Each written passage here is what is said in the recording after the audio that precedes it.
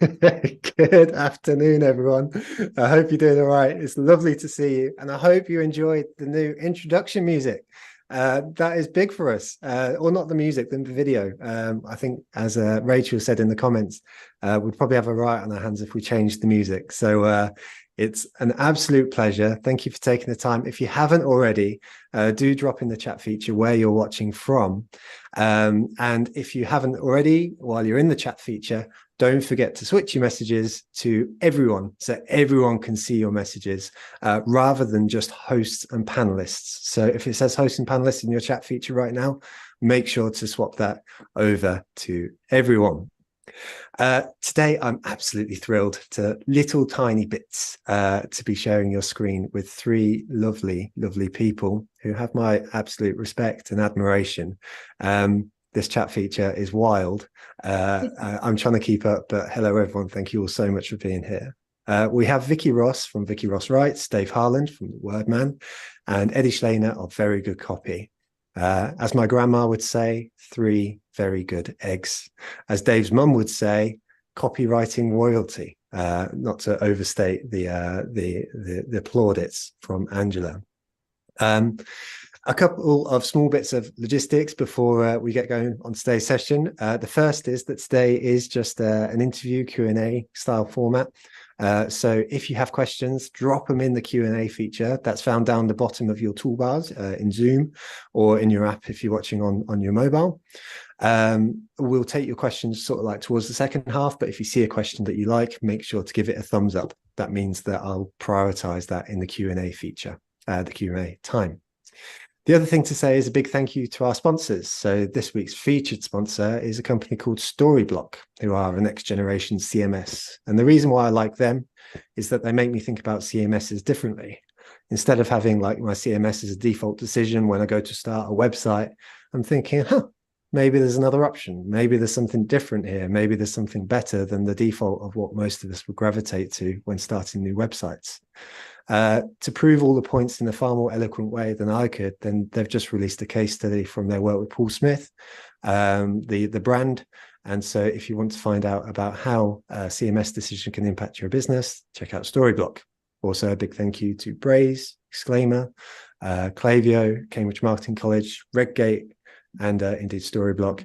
They're all endlessly appreciated and mean that we can bring these sessions to you. With Rhiannon in Leeds, Reed in New York, Alex in Gibraltar, Zoe in Wimbledon, Alexandra in Warsaw, and so many more. Thank you all so much for being here. Let's get going with today's session with the first question directed at Mr. Harland, which is, what's your favorite piece of copy and why? Wow, what a question. Nobody will know this piece of coffee. This is quite selfish to me, but I also think it's a nice little story. Well, I say nobody. If you lived in Birkenhead as a kid like I did, then you'll know it. Because I always remember on the main bus route to town, to the town centre from where I lived in a little village called Clawton, there'd been this independent little carpet shop for years. It had been there called Taffy's. Then all of a sudden, a load of derelict houses on the other side of the street got ripped down, and then this big, massive new carpet world shop got built literally over the road, and it was the size of like a supermarket. It was hideous. But luckily, this carpet shop, it was at the end of a terrace. So within weeks of the big new carpet world opening, they stuck a billboard on the side of their end terrace, and the headline messaging in like 3,000 point type was wealth warning. Crossing the road could seriously damage your wealth. And like as a kid, that was the best thing ever. And I didn't know what copywriting was till I was like 25. Still don't really. But at the time, it was like, oh, that's amazing. Because even then I knew they're picking a fight with the big, horrible big boys over the road. And they're having that kind of underdog, scrappy mentality, which I love now. Looking back, they were also positioning really, really cunningly on price. They were positioning against them, saying, we're cheaper than them. Don't go over there and spend the bomb. And lastly, which is key for what I do now, they did it in a way that made me smile. So it stuck in my mind. And here I am, 30 odd years ago, talking about it still. So for me, yeah, Taffy's carpets on the billboard. That's incredible. Well, we've got Joy in the chat saying, I remember that sign too. So you are not the only one here, Dave. Oh, Love it. I love that. And I love that you also picked out the elements that made it special there as well. So that's wicked. Eddie, you came up on my screen, so I'll pick on you next. yeah. So so thanks for having us, by the way. It's a real honor. And I appreciate you telling us what the question was ahead of time, so that I could prepare an example. But I think I knew immediately what I wanted to share, because it has just has a lot to do with where I'm at personally. So it's just kind of top of mind. Like, I just had my daughter Sophia a couple weeks ago, and then our first kid Bo, he just turned 2. So it's really interesting, by the way, because I think back when he was Sophia's age, I didn't really understand like what I had, if that makes sense. Like, like when he was in my arms, I knew I was holding something, I knew I was holding something priceless, but I couldn't like forecast and, I guess, like wrap my mind around what he was going to mean to me as time went on. Like, I just couldn't grasp like the enormity of fatherhood, like the bond it creates, like the love it creates, like those extreme emotions. It was just really hard to, I think, like conceptualize, I guess, without like actually living it. And now, after like a couple of years of like nurturing that bond and building that love, like it's completely overwhelming. And like every day it's getting more intense, and like all the little things he does, like all the milestones, like all the firsts, they feel very profound to me. And I've been told that it works both ways too, like the little things I do, like all the small typical things I do or don't do for that matter, like will eventually in hindsight feel profound to my kids. And so like this ad just kind of captures that feeling, I think. And that's why it resonates so much with me. It's everybody knows it. Like nobody knew Dave's ad. One person did. Like everybody, I'm sure, has heard or seen this ad. It's the Chivas Regal Father's Day ad by David Abbott. And I have it in this book here, just for context. Like, this is what it looks like. Got the art on this side and the copy on this side. And that's what it would look like in a magazine if you came across it. You just flip to the page and it would be across 2 pages. And I'll read it for you here. It says, because I've known you all my life, because a red Rudge bicycle once made me the happiest boy on the street, because you let me play cricket on the lawn, because you used to dance in the kitchen with a tea towel around your waist, because your checkbook was always busy on my behalf, because our house was always full of books and laughter, because of countless Saturday mornings you gave up watching a small boy play rugby, because you never expected too much of me or let me get away with too little, because of all the nights you sat working at your desk while I lay sleeping in bed, because you never embarrassed me by talking about the birds and the bees, because I know there's a faded newspaper clipping in your wallet about my scholarship, because you always made me polish the heels of my shoes as brightly as the toes, because you remember my birthday 38 times out of 38, because you still hug me when we meet, because you still buy my mom flowers, because you've more than your fair share of gray hairs, and I know who'll put them there, because you're a marvelous grandfather, because you made my wife feel one of the family, because you wanted to go to McDonald's the last time I bought you lunch, because you've always been there when I've needed you, because you let me make my own mistakes and never once said I told you so, because you still pretend you only need glasses for reading, because I don't say thank you as often as I should, because it's Father's Day, because if you don't deserve Chivas Regal, who does? So obviously a very emotional ad, and like always chokes me up, I think, especially lately, with all these kids running around. And it's just this stupid thing, you know what I mean? Like, it's just this stupid ad he wrote to sell stupid whiskey, but it's not. Like, at the end of the day, it's not. It's his reality, and it's his truth, and like his lived experience, and we all get it because we're all the same. Like, the human condition is constant. And I think it's poignant for me, as I'm sure it is for many other people, because there's layers to it. Like, I read it and part of me thinks about like my own dad, and how like I'm not close to him, and how our relationship is uh, like fractured and broken in many ways, and how I read this copy and I can't really like relate to it as a son, and that's very painful.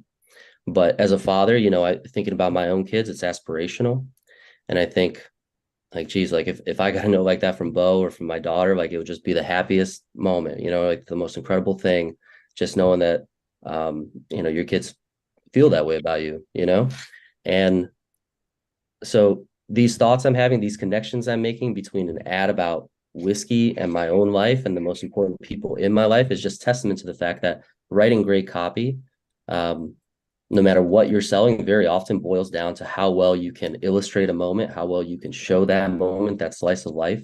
And if you can remind people of that moment and generate a feeling that way and connect you know, that feeling to a product, that's how you compel people, and that's how you sell people on things. And David Abbott does this masterfully in this ad.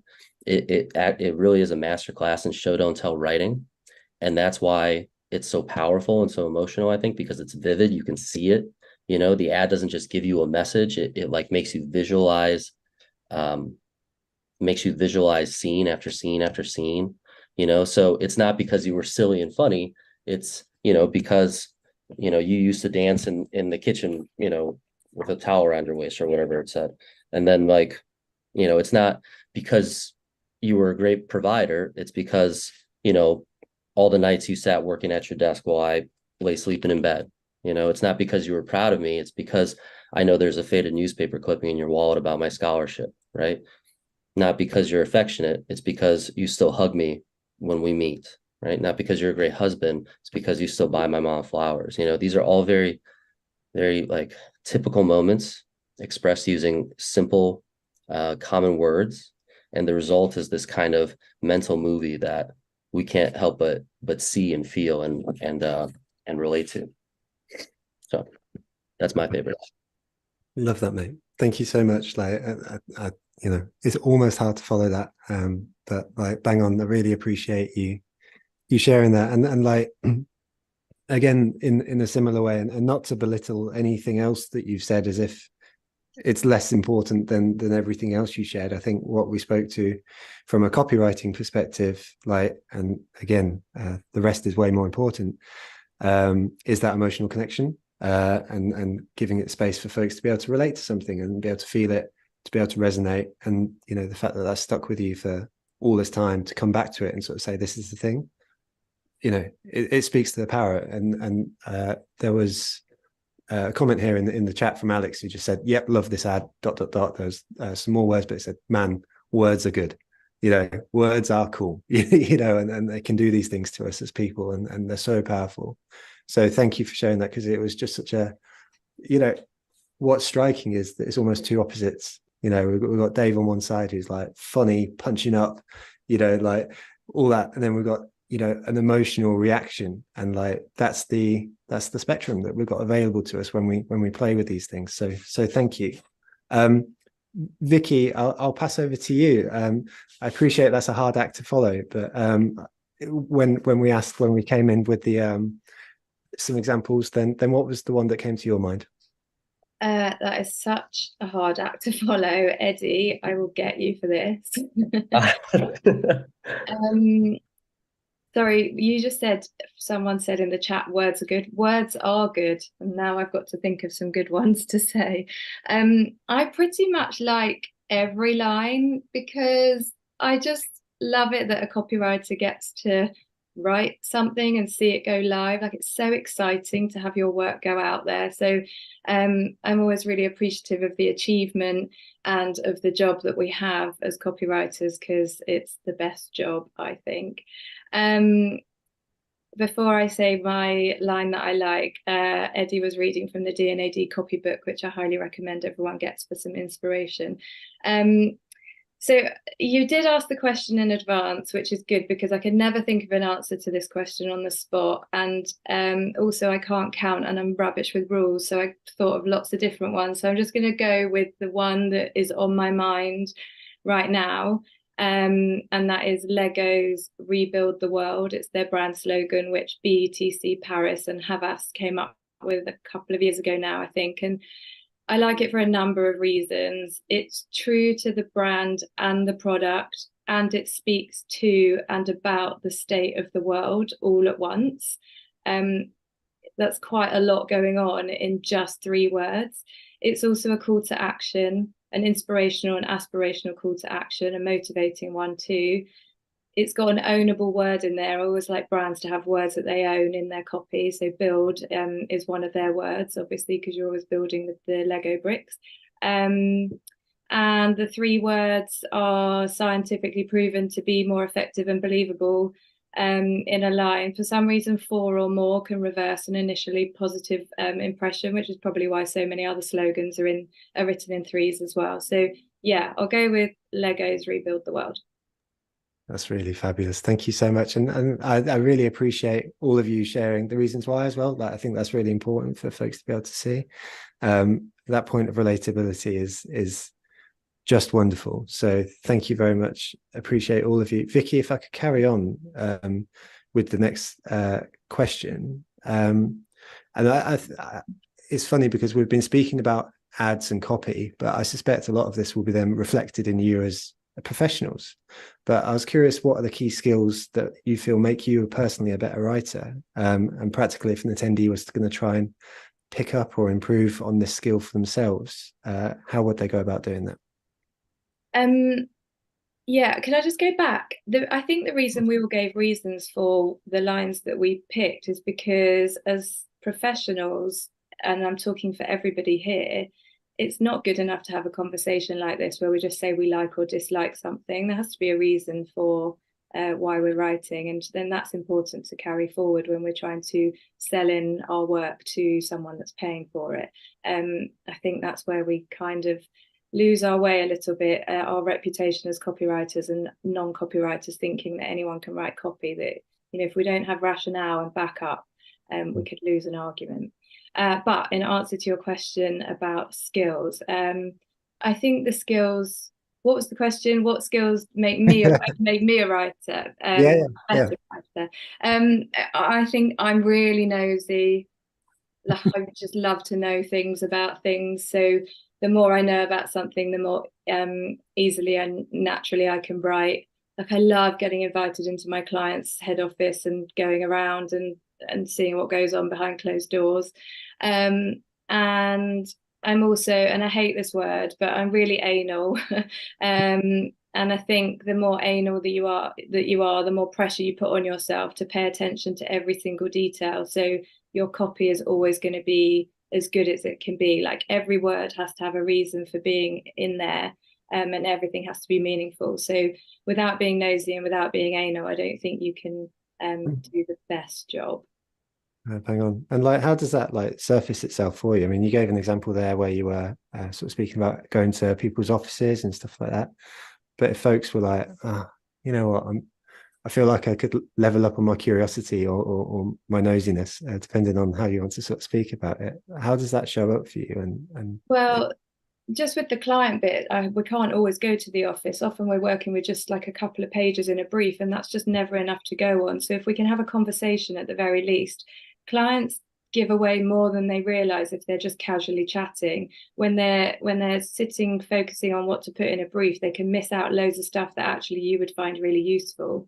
But in terms of building your own curiosity, I think as a creative, we are all naturally curious. And there's opportunities everywhere to be inspired. It could be, I always say this in any interview, so I'm sorry if anyone's heard this, but it sounds like I'm going to have some big reveal now. I'm really not. But the poster at the dentist, or the pizza menu that comes through the letterbox, or the Beckham documentary on Netflix, like anything that's got words in is going to inspire you.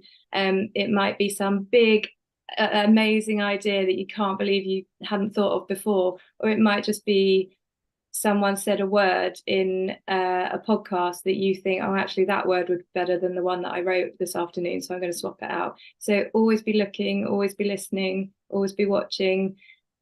Stop looking at your phone. Take your headphones off, get out into the world, listen to what people are doing and saying in the pub or at the supermarket. There might be a mum and a child in the supermarket having a conversation, and you might overhear something that becomes the headline in an ad for Tesco, for example. I love that. I mean, Dave, I've heard you in the past, and this is a conversation that you and I had. So when we were speaking about skills, like one of the ones which I can observe about you is that you're funny, and that's not a revelation to anyone. But I've had the chat with you in the past where you've sort of said that you're constantly looking around the world and making notes of things that are happening and stuff like that, very much in the spirit of what Vikki was speaking about there. Is that similarly a skill set that you feel is important for you doing what you need to do, that sort of curiosity, or do you point it to something else? Oh, sorry, mate, you're on mute at the moment. For that amateur hour, I don't do these often. I don't do these often enough, do I?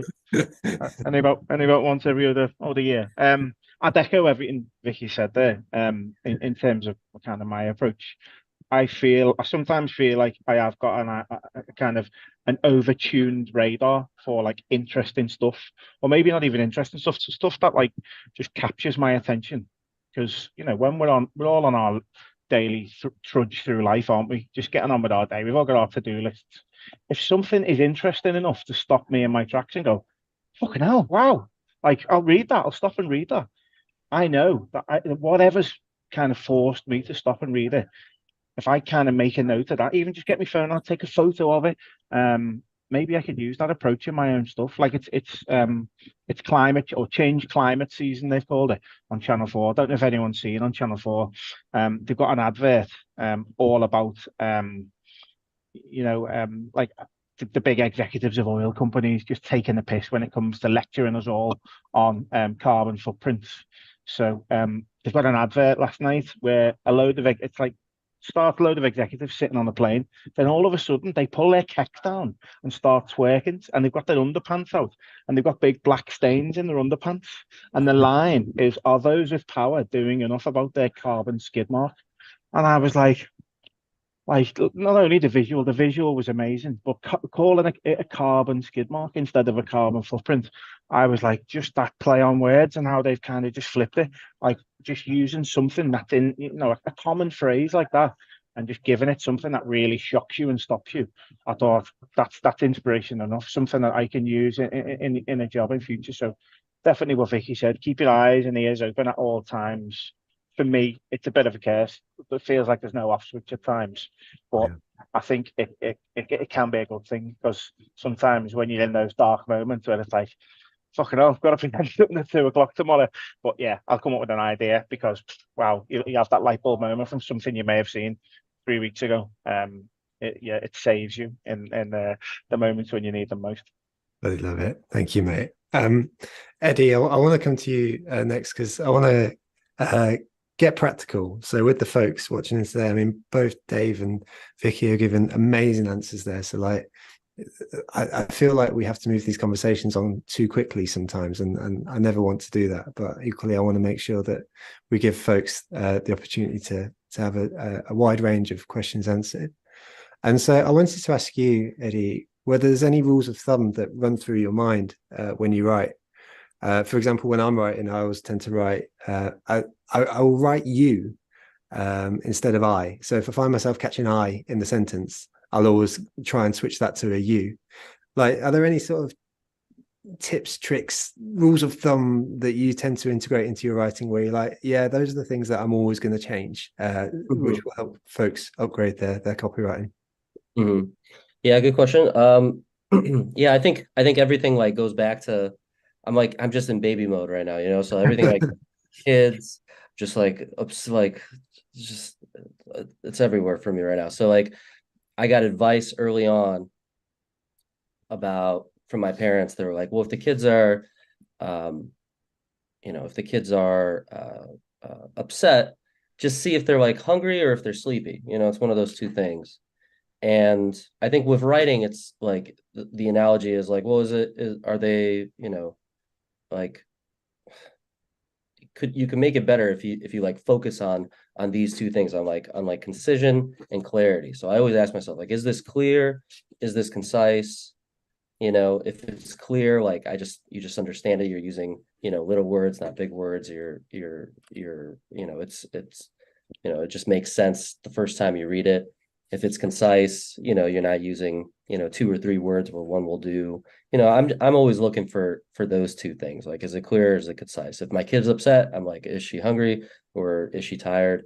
If the sentence doesn't really make sense, or if I don't really like it, if I just get a bad feeling, I'm like, can I make it more clear? Can I make it more concise? Is there an opportunity for more brevity here? So probably that. I love that. I mean, that spawns a second question in my mind, which is sort of, what's your mindset when you're writing for folks? Because I sometimes really worry, and I'm sure a lot of marketers will do the same, that if I'm going to be writing something, that it could be taken the wrong way, that people could assume bad intent when there wasn't any, that I'd be writing and there's like a double meaning to something, or not even a double meaning, but like something which could be considered positive or happy or even just against the grain could be taken in a bad way. And for marketers, that the result of that is probably quite dangerous, because that's brand, that's all that sort of stuff. So is the solution that same thing? Is it clear? Is it concise? Or is there a different mindset that you have to have in mind when you're sort of trying to protect yourself against people taking the wrong meaning from your writing? Well, I think right now it's really easy to, send a message out into the world and test it, and just see if it lands the right way or not. There's always going to be somebody that spins your words in a different way, or takes them out of context, or paints you in a picture that's not like, it's not aligned with what you originally intended. That's always going to happen probably. But yeah, I think maybe the way to circumvent that is like to kind of like say it straight first. There's like the say it straight then make it great expression. Saying it straight is just like be direct, say what you mean to say on paper, and then it's kind of hard to misconstrue.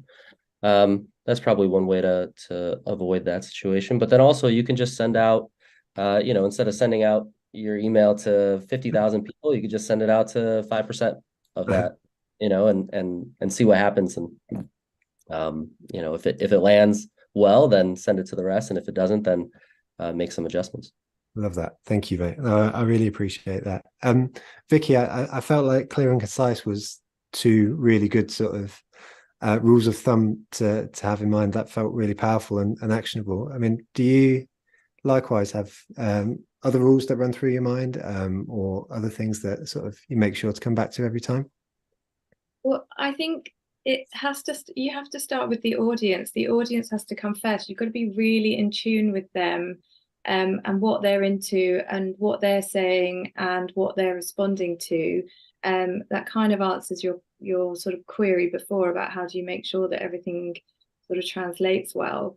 I feel we have a real responsibility to our audience. We need to respect them and the things that they like. I feel it especially with the brands that I work for that are mostly big entertainment brands. Their audience are typically big fans of something, the football, movies. I love I said the football. I don't really know. Movies. So for example, I worked with IMAX this year, and obviously Oppenheimer came out, and I listened to loads of podcasts of like real fan chat about Christopher Nolan and the film being made especially for IMAX theaters, and just why people love going. So you've just got to be really into the thing that you're writing about on behalf of the audience. And yeah, I mentioned listening to podcasts where they might be fanning out, but also they're on social media, these people. Like there's this ongoing narrative that no one pays attention to what we say, but it's not true. On social media, people actively go and look for a brand and follow them, and even respond to them or try and have a conversation with them. And so like a free focus group, we can just look in the comments and see what people are saying, what words they're using, what post they're liking. The Christmas ad, the response to the Christmas ads over here at the moment, pretty hilarious. I'm thinking of starting a Twitter feed. By the way, I'm still calling it Twitter. I'm thinking of starting a Twitter feed where it's just people's comments.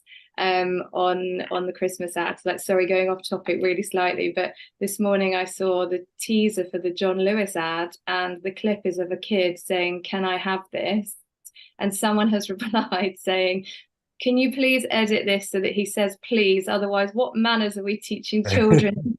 And oh God, go away. But not go away, because we need to see what they're saying.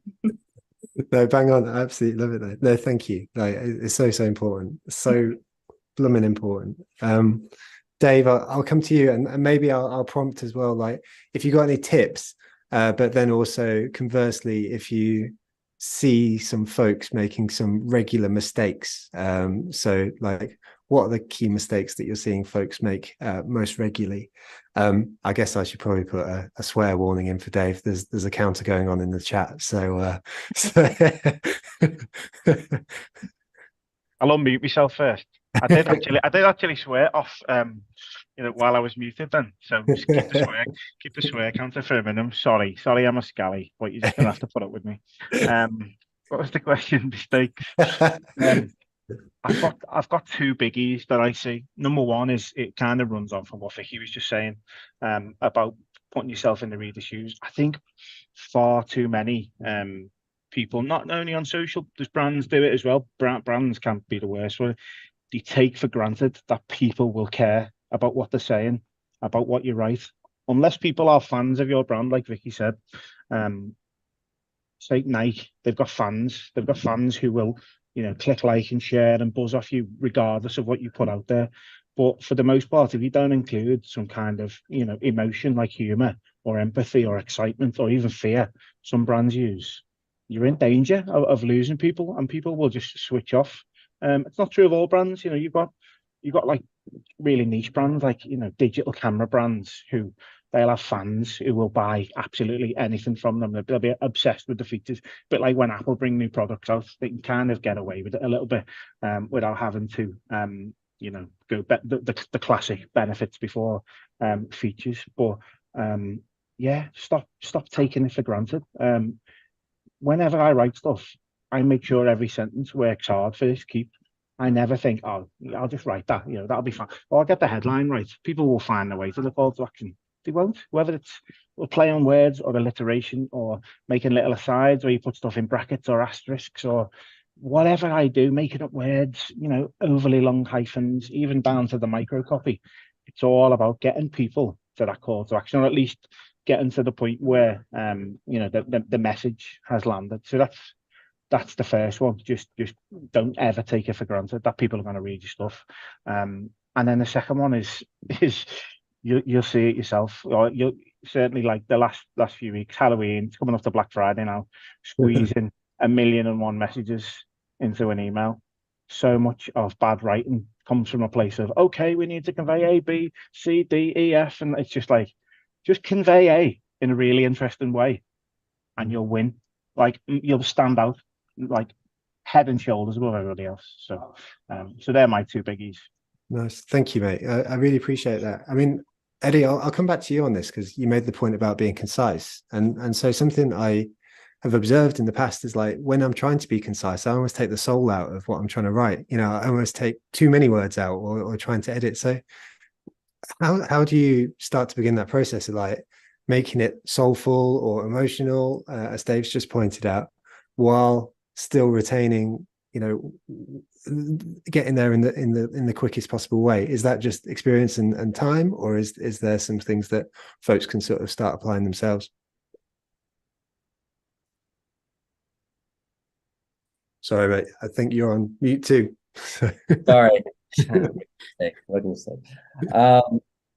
Yeah, I don't know that taking the words out does take the soul out. Maybe I'm not with you there on the premise. Like, I think that, just like in that Regal Shiva ad, like, there weren't a lot of words in each one of those sentences necessarily. Like, he wasn't going into great detail about his dad dancing in the kitchen with a tea towel around his waist, but it was just a very vivid image.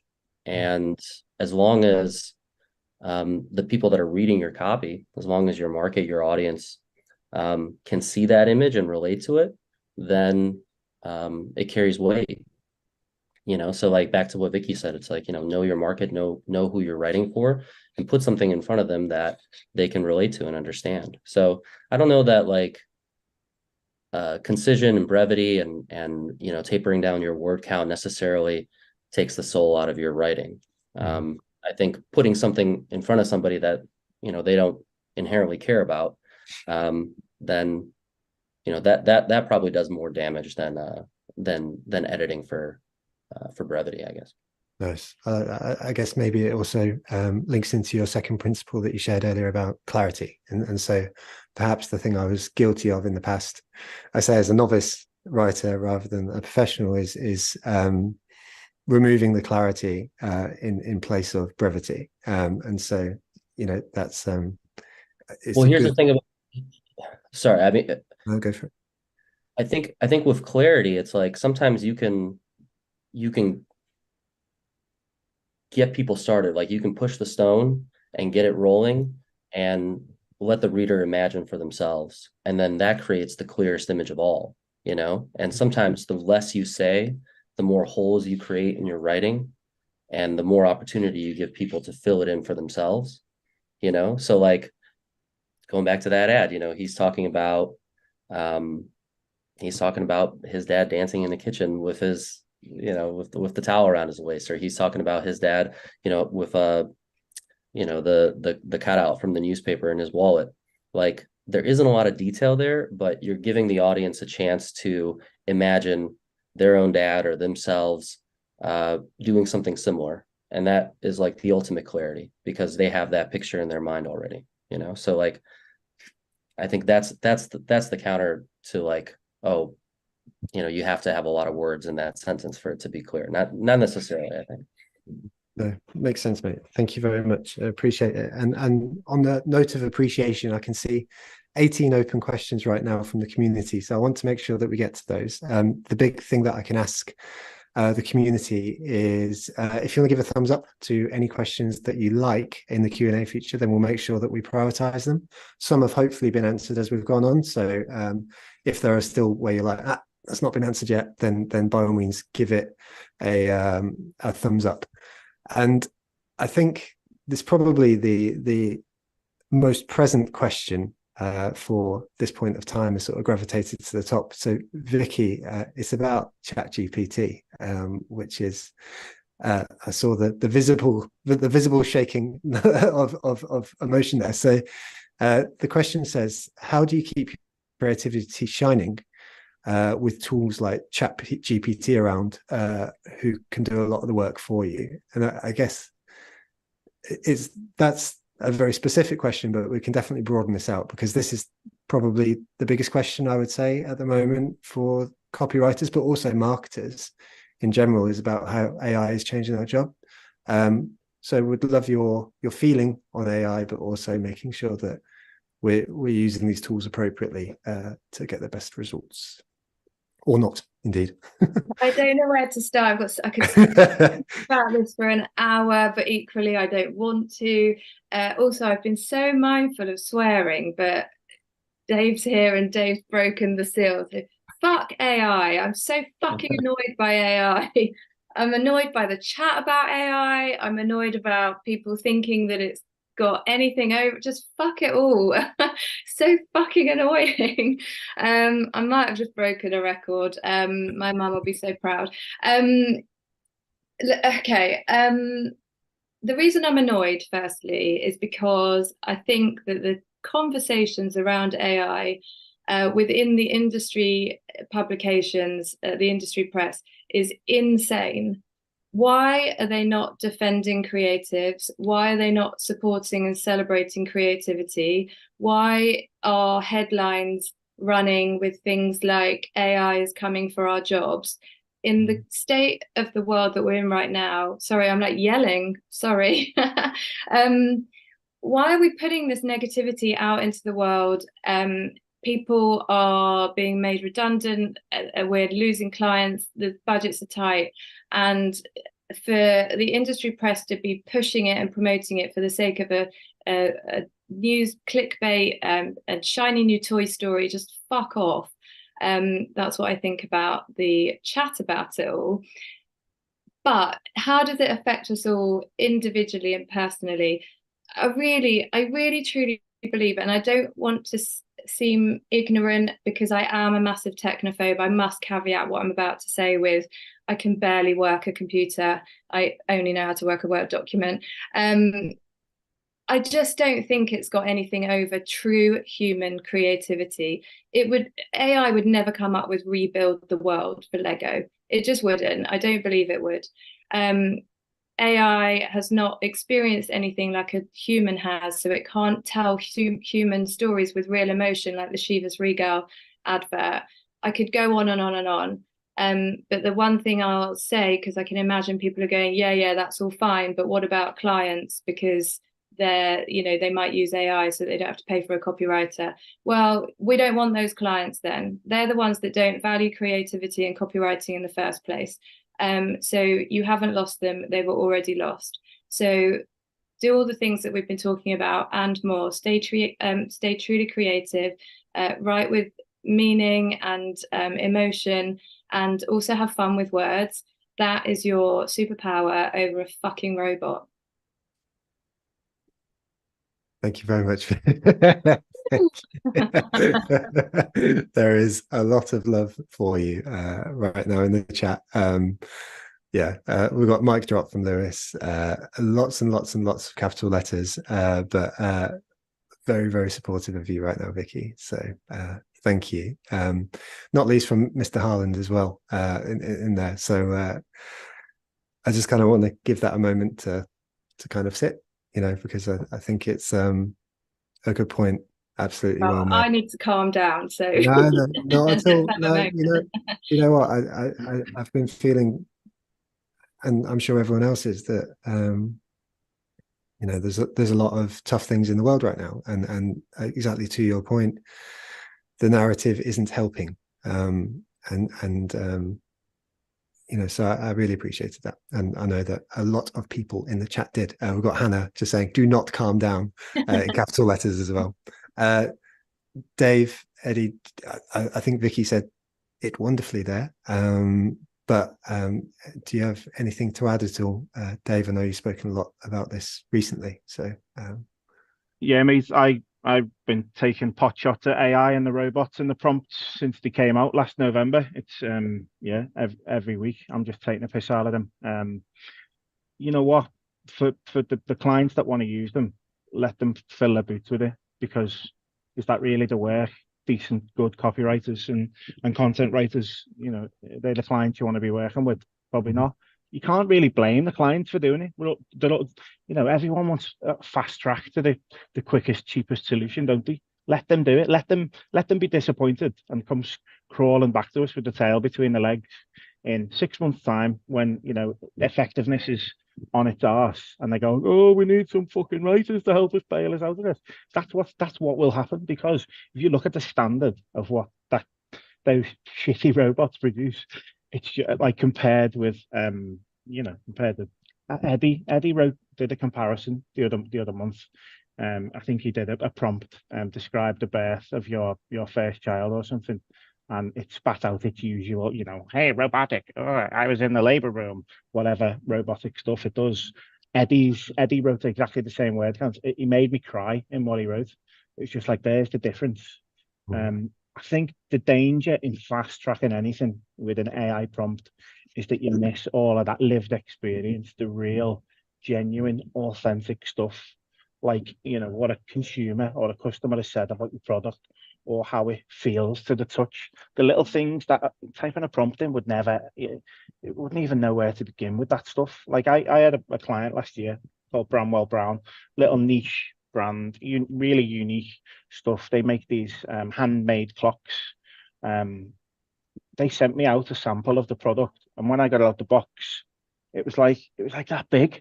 I could barely pick it up. It was this big, hefty, chunky thing. I could feel the quality. So I wrote about my process in my newsletter about how I work with the client to get this really 60 words product description to get it absolutely word perfect. And then for a bit of a laugh in my newsletter, I'll give the same prompt to ChatGPT. And the line, I had to write it down because it's that shit. I didn't even remember it. Be captivated by this clock's unique charm and impress your guests with its functionality. I rest my case. I love it. Thank you very much, man. I appreciate that. We got folks enjoying that in the chat as well. Folks are also linking to Eddie's post around this from the other day, sort of saying how wonderful it was. So do seek that in the chat as well if you'd like to see it.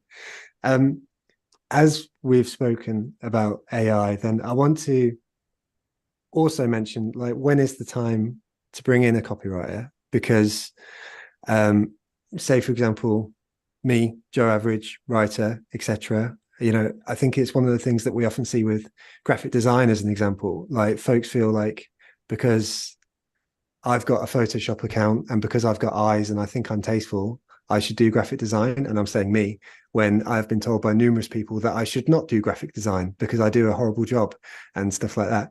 So Eddie, I just wanted to ask you, like, what's the tipping off point for bringing in a copywriter for folks who are watching in, might be a marketing manager in a business, who are like, you know what, now is the moment where I need probably some help, or they're just trying to do it themselves. What's the best time to bring in copywriters? I mean, you know, when you want it to work, like it's a nuanced discipline and craft, and there's stuff that like people that aren't in this profession don't know. So if you want the benefit of that, bring in a copywriter. But if you want to possibly miss some of those opportunities, then you could take a stab at it yourself and kind of go through that learning process and see what happens. You know, it's like, I tried to stain my deck over the summer. I wish I would have hired somebody because it sucks. I got to redo it. It was a huge waste of money and time, and my wife was mad at me, and it was an embarrassment to my, like, it just didn't work because I didn't know what I was doing. I don't know if copywriting is like, if you could equate it to staining a deck, but it's a craft just like anything else. It just takes experience. So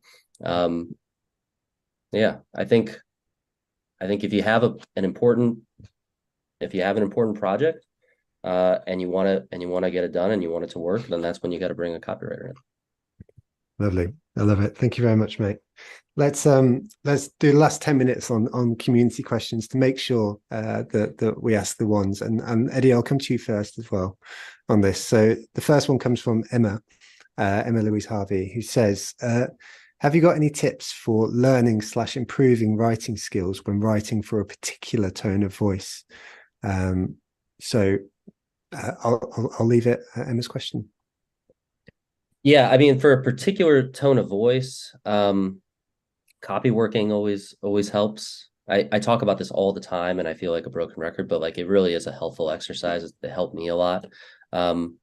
Copy work is just taking a piece of copy that or an ad that you really like and transcribing it by hand. And what that does is it kind of slows you down, and it makes you notice the writing and notice some of the decision making that the copywriter made. And it kind of hones you in on the cadence of the writing, the word choice, all of the little things that are easy to kind of breeze by when you just read it. So when you actually sit down and write it down by hand, it forces you to slow it down. It forces your brain to slow down and notice those little things and absorb them better. So if you want to learn a particular tone of voice, that's probably an ideal exercise. Because I mean, I'm not a tone of voice copywriter, but you know, there's all sorts of things that tone of voice copywriters do to create that effect. I got a friend, Justin Blackman, excellent tone of voice copywriter. He knows exactly what he's doing. You know, so I think of him when I think of like tone of voice, and I would imagine that he would tell somebody to go and copy work. Yeah. Nice. I love that. Thank you, mate. To be honest, even that's interesting to hear it as a relative layperson to this conversation. Like, even to know there's such a thing as a tone of voice copywriter versus a different kind. I'm probably showing myself in a really bad light to a lot of the audience right now, but like, you know, even knowing that type of stuff is really interesting when it comes to seeking people out to help as well. So I really appreciate that, and I appreciate the tip as well.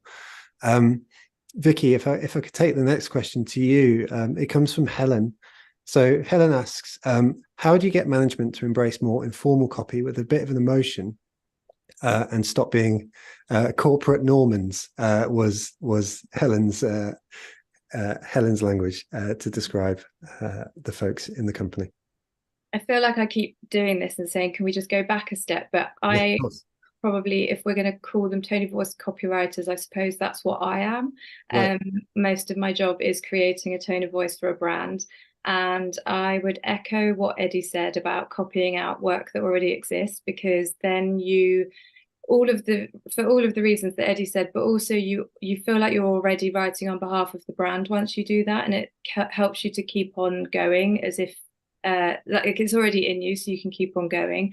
But also, we need to get into the mind of that brand and that tone of voice. So I always just immerse myself in anything that's going on around that brand or in the category. So for example, when I'm writing about the football that I mentioned earlier, I know nothing about football, so I will stand in the supermarket. You don't even need to spend money. You can just stand in the magazine aisle and flick through all the sports magazines and just note down the language that's going on in there, and then bring that into your copy. Also, if the tone of voice already exists, just look out for those keywords, like I mentioned with the Rebuild the World example from Lego, because if the brand already has words and phrases that it owns, then sprinkling them into your copy will make it feel like it's in line with the tone of voice, even if not every single word is. Now, to answer the question that you came to me with, I think whenever we're asking people to get on board with what we've written, or we're coming up against negativity and pushback, we have to present, this is where I get dramatic, we have to present our case as if we're lawyers. We're talking to people who aren't coming from the same place as us. So we have to prove to them why what we think works over what they think works. And it might be that you have to put a case together and put some work in and provide some rationale and some stats if you can. Like System 1 is a great place to look for results from advertising and lines that work. So you could come to your client or your manager and say, this word worked because it caused a reaction and created a 59% turn and uplift. I can't talk in numbers. So anyway, if you can dazzle whoever you're speaking to with some science, then they'll think that there's actually a real reason behind why you've written what you've written, which most of the time you have, but a lot of the time, it's just innate. It comes out and you can't explain why. Also do a do and do, like a before and after. So do what your client or your boss has asked you to do, but then present that alongside what you think is better and hope that they see the difference. Sorry, I've just seen a comment come up that says best beard in the game, and I'm hoping that's not at me. What was I saying? Totally thrown me. Before and after. Before and after, thank you. Oh yeah, you won't win every argument. So yeah, just be comfortable with the fact that you won't win every argument. I once worked with a client who got really excited about writing her own copy for a full page press ad, and she showed it to me and she asked me what I thought. And I thought, I know I'm not going to win this argument unless I talk in really technical terms. So I started talking about grammar and past tense and present tense, because her copy was all over the place, and talked about punctuation and just things, language that wouldn't come naturally to her. And she looked at me and she looked back at this thing. I mean, she clearly just wanted to be able to say that she had a full page press ad that she'd written. And she just said, I still think it's okay. And so all I can say is, cool, go for it. On your head be it. So yeah, you won't win every argument, but at least you'll know you've tried. 100%. No, it's so important. Yeah, just to mirror and sort of take it out of the context of this copywriting chat specifically, but we often hear this kind of advice from folks in all walks of marketing sort of professions, is that and non-marketing professions, you know, which is sometimes there is a moment where you just recognize that it's not a battle you can win, and then it becomes your choice to do what you need to do about it yourself. But yeah, we've got Amy in the chat saying you're a more patient woman than I, Vikki, and Amy is herself an excellent copywriter. And to your point about the before and after, then we've also got Harry Dry in the chat, who's the monarch of before and after as well. So wait a minute, hold on. What are we all doing? Harry's let him talk. we all need some time in the sunshine, don't we? So I think this is. I feel very exposed being the person asking questions here, because there are so many wonderful copywriters in the chat right now who I really admire. So Harry just says, "Ha, shut up." So there we go. Let's take the next one from David. As David. Wow, shoot, getting very formal there. Sorry, mate. It must have been the question about formality. Sound like my mum. David. So the question comes from Hannah, and I love it. And Hannah says, can you share one writing exercise that you do to bring about copywriting inspiration when you have writer's block? Yeah, there's one. I've spoke about it a couple of times before. At the start of almost every project, whatever it is that I'm writing about, a proper old school way, I'll get my pad out and I'll split the page into 4 boxes. It used to be called the SIRE method, or the RISE, because they're the initials. Which is a bit RISE is a bit boring, so I started calling it ESIR, ESIR. Sounds like a mystical Middle Eastern amulet or something. And those initials stand for experiences, synonyms, idioms, and rhymes. So whatever I'm writing about, it could be, I've got a little hand fan here when it gets a bit toasty in this warehouse. So whatever I'm writing about, I'll write experiences of it. So I'll be like, right, experience, hand fan. I've been on holiday, yeah. You fill them with water. I remember filling one with beer at a Oasis gig 20 years ago. And yeah, I remember this. And then I'll move on to synonyms. So other words for hand fan. Well, a tough one, that, isn't it? Air conditioning or things like that. So after doing this exercise, you'll then go on to idioms. So kind of common phrases around fans. And then the very last one, rhymes. So fan, can, lamb, nan, whatever you can do. And very quickly you go from having, a blank page of absolute terror to almost, a nice page full of words and phrases that you can play around with. 99% of the time, it'll kind of result in nothing, and you're better off speaking to customers and doing your research and putting the hard yards in. But when you're stuck for the starting point, get a load of words down that are related to what you're writing about, and yeah, you can you'll find that more often than not, a little nugget might just appear somewhere further down the line. So that's what I do. Love it. Thank you, mate. I can't believe it, but we come to the close of the hour. So I just wanted to ask one quick question before we go, because I know that folks always benefit from resources and recommendations and people to follow.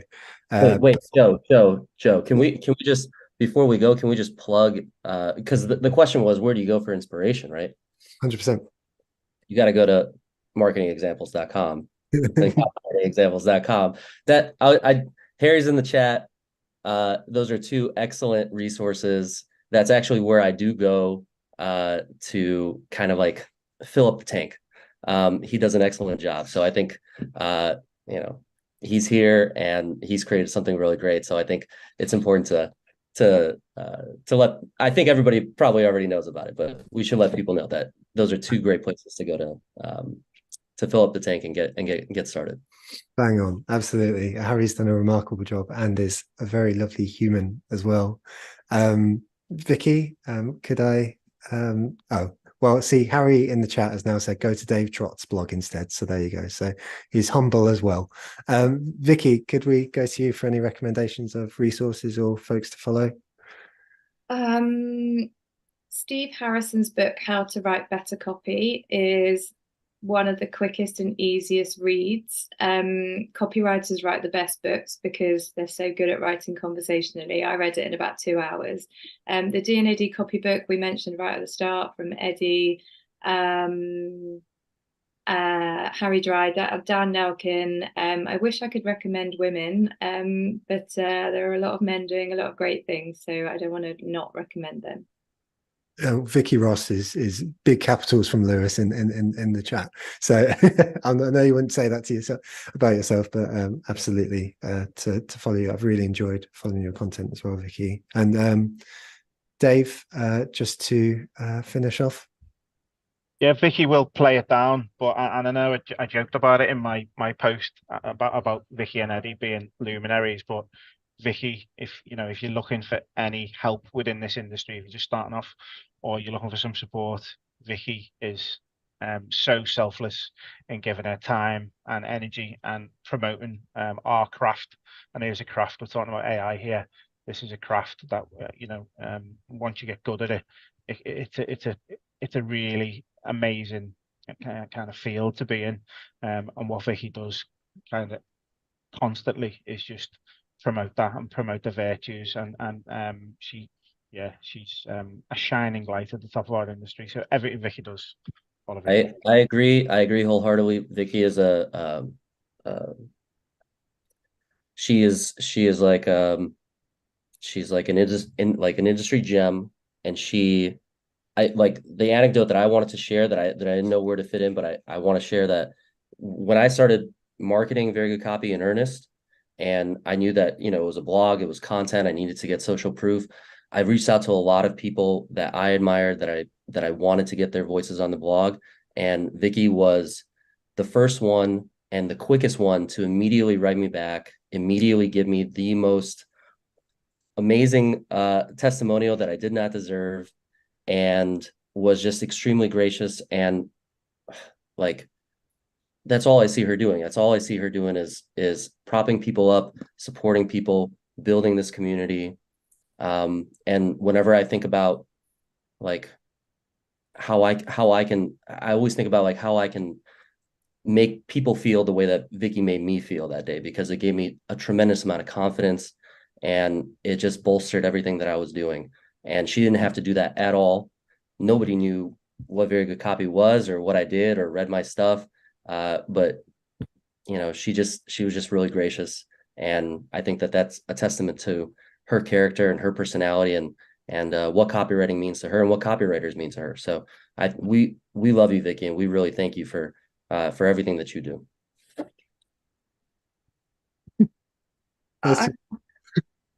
I can't handle this. I'm not going to make you retort now, but like, there's a reason why you have a day named after you, right? So No.